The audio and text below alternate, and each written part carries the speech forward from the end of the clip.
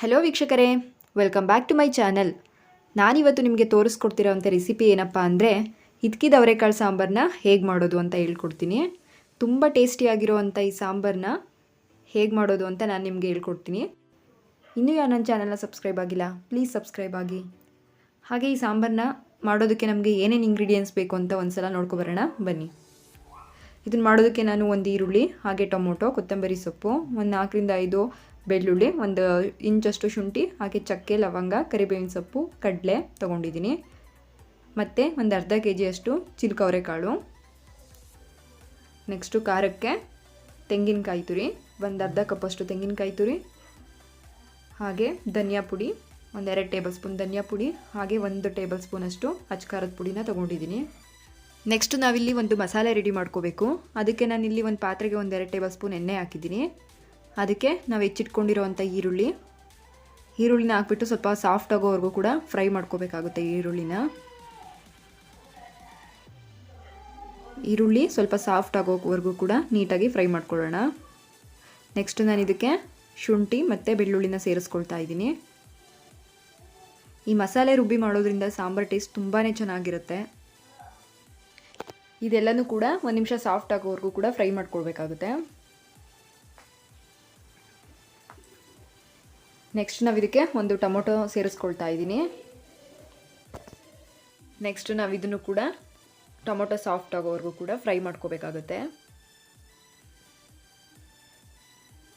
Next ನಾನಿಲ್ಲಿ 1 ಇಂಚಷ್ಟು ಚಕ್ಕೆ ಮತ್ತು 2 ಲವಂಗ ಹಾಕ್ಕೊಳ್ತಾ ಇದ್ದೀನಿ. ಮತ್ತು ಸ್ವಲ್ಪ ಹಿಚ್ಕಿದ ಅವರೆಕಾಳನ್ನು ಕೂಡ ಹಾಕ್ಕೊಳ್ತಾ ಇದ್ದೀನಿ. ಕಾಳು ಹಾಕಿ ಫ್ರೈ ಮಾಡ್ಕೊಂಡು ಸಾಂಬಾರು ಮಾಡೋದ್ರಿಂದ ಸಾಂಬಾರು ಟೇಸ್ಟ್ ತುಂಬಾ ಚೆನ್ನಾಗಿರುತ್ತೆ. ನೆಕ್ಸ್ಟು ಫ್ಲೇಮ್ನ ಫುಲ್ ಕಡಿಮೆ ಲೋಲಿ ಇಟ್ಕೊಬಿಟ್ಟು ನಾನಿಲ್ಲಿ ತೊಗೊಂಡಿರೋವಂಥ 2 ಟೇಬಲ್ ಸ್ಪೂನಷ್ಟು ಧನಿಯಾ ಪುಡಿನೂ ಕೂಡ ಹಾಕ್ಕೊಳ್ತಾ ಇದ್ದೀನಿ. ಆ ಫ್ಲೇಮ್ ಫುಲ್ಲು ಕಡಿಮೆಲೇ ಇರಬೇಕು, ಇಲ್ಲ ಆಫ್ ಮಾಡಿದರೂ ಕೂಡ ನಡೆಯುತ್ತೆ. ನೆಕ್ಸ್ಟ್ ನಾನು ಇದಕ್ಕೆ ಅಚ್ಚ ಖಾರದ ಪುಡಿನೂ ಕೂಡ ಸೇರಿಸ್ಕೊಳ್ತಾ ಇದ್ದೀನಿ. ಸೇರಿಸ್ಬಿಟ್ಟು ಈ ರೀತಿಯಾಗಿ ಮಿಕ್ಸ್ ಮಾಡ್ಕೊಳ್ಳೋದು. ಲಾಸ್ಟಲ್ಲಿ ಹಾಕೋಬೇಕು, ಇದನ್ನೆಲ್ಲ ಸೀದೋಗ್ಬಿಡುತ್ತೆ ಇಲ್ಲ ಅಂದರೆ. ಮತ್ತು ಒಂದು ಸ್ವಲ್ಪ ಕಡಲೆ ಮತ್ತು ಸ್ವಲ್ಪ ಕೊತ್ತಂಬರಿ ಸೊಪ್ಪನ್ನು ಕೂಡ ಸೇರಿಸ್ಕೊಳ್ತಾ ಇದ್ದೀನಿ. ಇದೆಲ್ಲನೂ ಮಿಕ್ಸ್ ಮಾಡಿಕೊಂಡು ಫೈನಲಾಗಿ ನಾವು ಇದಕ್ಕೆ ಕಾಯಿ ಹಾಕ್ಕೊಳ್ಬೇಕಾಗುತ್ತೆ. ಫ್ಲೇಮ್ನ ಆಫ್ ಮಾಡಿದ ನಂತರ ನಾವು ಕಾಯಿ ಹಾಕೋಬೇಕು, ಇಲ್ಲಾಂದರೆ ಕಾಯಿ ಹುರಿದಿರೋ ಥರ ಆಗಿಬಿಡುತ್ತೆ. ಅದಕ್ಕೋಸ್ಕರ ಲಾಸ್ಟಲ್ಲಿ ಕಾಯಿ ಹಾಕೋಬಿಟ್ಟು ಅದೇ ಬಿಸಿಲಿ ಒಂದ್ಸಲ ಮಿಕ್ಸ್ ಮಾಡ್ಕೊಳ್ಳೋಣ. ಈ ರೀತಿಯಾಗಿ ಇದು ಮಿಕ್ಸ್ ಮಾಡ್ಕೊಬಿಟ್ಟು ಇದು ತಣ್ಣಗಾದ ನಂತರ ನಾವು ಇದನ್ನು ರುಬ್ಕೋಬೇಕಾಗುತ್ತೆ. ನಂತರ ನಾವಿಲ್ಲಿ ಸಾಂಬಾರು ಹೇಗೆ ಮಾಡೋದು ನಾವು ನೋಡೋಣ ಬನ್ನಿ. ಸಾಂಬಾರು ಒಗ್ಗರಣೆ ಹಾಕೋದಕ್ಕೋಸ್ಕರ ನಾನಲ್ಲಿ ಒಂದು ಪಾತ್ರೆಗೆ 2 ಟೇಬಲ್ ಸ್ಪೂನಷ್ಟು ಎಣ್ಣೆ ಹಾಕಿದ್ದೀನಿ. ಎಣ್ಣೆ ಕಾಯ್ದ ನಂತರ ಇಲ್ಲಿ ಸಾಸಿವೆ ಸೇರಿಸ್ಕೊಳ್ತಾ ಇದ್ದೀನಿ. ನೆಕ್ಸ್ಟ್ ನಾನು ಇದಕ್ಕೆ ಒಂದು ಈರುಳ್ಳಿನ ಹೆಚ್ಚಿಟ್ಕೊಂಡಿದ್ದೀನಿ, ಅದನ್ನು ಕೂಡ ಸೇರಿಸ್ಕೊಳ್ತಾ ಇದ್ದೀನಿ.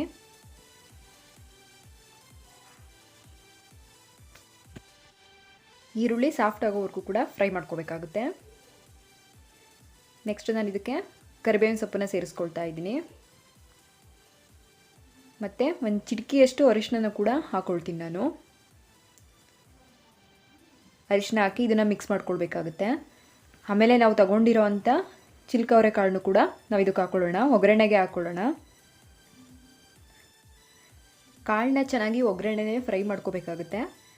ಒಂದು 3-4 ನಿಮಿಷ ಫ್ರೈ ಮಾಡ್ಕೋಬೇಕಾಗುತ್ತೆ. ನಾವಿಲ್ಲಿ ಕಾಳಿಗೆ ನೀರು ಹಾಕಿ ಬೇಯಿಸ್ತಾ ಇಲ್ಲ, ಡೈರೆಕ್ಟು ಎಣ್ಣೆಲೇ ಫ್ರೈ ಮಾಡ್ಕೊಳ್ತಾ ಇದ್ದೀವಿ. ಹೀಗೆ ಮಾಡೋದ್ರಿಂದ ಸಾಂಬಾರು ಟೇಸ್ಟ್ ತುಂಬ ಚೆನ್ನಾಗಿರುತ್ತೆ. ನೋಡಿ, ಇವಾಗ ಕಾಳು ತುಂಬ ಚೆನ್ನಾಗಿ ಬೆಂದಿದೆ. ಇದಕ್ಕೆ ನಾನು ರುಬ್ಬಿಟ್ಕೊಂಡಿರೋವಂಥ ಮಸಾಲೆನ ಹಾಕ್ಕೊಳ್ತಾ ಇದ್ದೀನಿ. ಹಾಕ್ಬಿಟ್ಟು ಇದನ್ನು ಮಿಕ್ಸ್ ಮಾಡ್ಕೊಳ್ಳೋಣ. ನೀರು ಹಾಕ್ತಿರೋ ರೀತಿ ಒಂದು ಸಲ ಮಿಕ್ಸ್ ಮಾಡ್ಕೊಳ್ಳಿ. 1 ನಿಮಿಷ ಫ್ರೈ ಮಾಡೋದು, ಹಾಗೆ ನೀರು ಹಾಕ್ದಲ್ಲೇ ಇರೋ ರೀತಿ. ನೆಕ್ಸ್ಟು ನಾವು ಇದಕ್ಕೆ ಸಾಂಬಾರು ಕನ್ಸಿಸ್ಟೆನ್ಸಿ ನಮ್ಗೆ ಎಷ್ಟು ಬೇಕು ಅಷ್ಟನ್ನು ನೋಡಿಬಿಟ್ಟು ನೀರನ್ನು ಸೇರಿಸ್ಕೊಳ್ಳೋಣ. ನೋಡಿ, ಹೀಗೆ ಗಟ್ಟಿಯಾಗಿ ಒಂದು ಸಲ ಮಿಕ್ಸ್ ಮಾಡಿಕೊಂಡು 1-2 ನಿಮಿಷ ಕುದಿಸ್ಕೊಳ್ಳಿ. ಅದಾದ ನಂತರ ನಮಗೆ ಸಾಂಬಾರು ಅಳತೆ ಎಷ್ಟು ಬೇಕು ನೋಡಿಬಿಟ್ಟು ನೀರನ್ನು ಸೇರಿಸ್ಕೋಬೇಕಾಗುತ್ತೆ. ಚಿಲ್ಕ ಅವರೆಕಾಳು ಸ್ವಲ್ಪ ಗಟ್ಟಿಗೆ ಇರಲಿ, ತಳುವಾಗಬಾರ್ದು ಸಾಂಬಾರು. ನೋಡ್ತಾ ಇದ್ದೀರಲ್ಲ, ಈ ಹದದಲ್ಲಿದ್ದರೆ ಸಾಕಾಗುತ್ತೆ.